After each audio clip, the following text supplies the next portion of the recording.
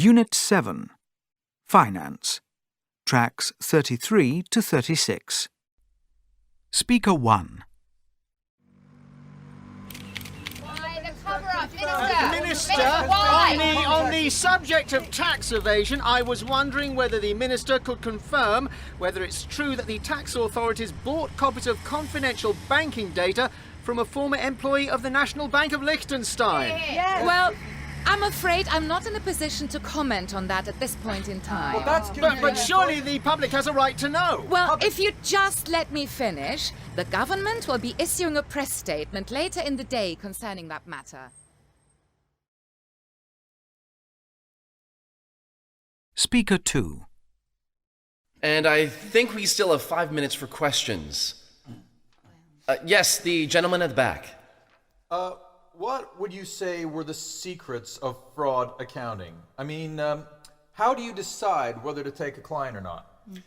I'm sorry, do you mind using the microphone, and can you tell us your name, please? Sorry. Peter Guthrie, accountant. My question concerns fraud in accounting. I'd like to know more about your policy for taking on clients when it comes to investigating fraud. Thanks, Peter. So your question is about how we take on new clients. Mm-hmm. Well, speaking from our experience, I can say we turn down 2 jobs out of 10 because we are not comfortable with the prospective clients. I hope that answers your question. Speaker 3. I have 100,000 euros, but I'm not sure how to invest the money.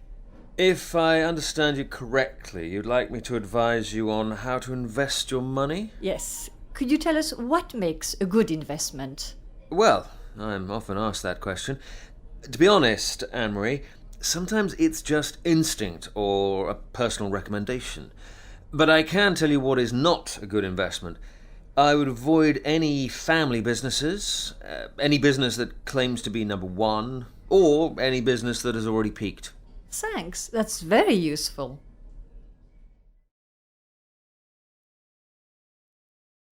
Speaker 4. Okay, so that's an overview of investment in startups in Europe. Are there any questions before I move on? I'd like to ask you why you think most financiers are not investing in technology in Russia. Well, that's difficult to say, and it's not my field of expertise as such, but I would hazard a guess it's too risky, despite the large pool of science and maths talent. So you're saying Russia is too risky? Well, not exactly, no.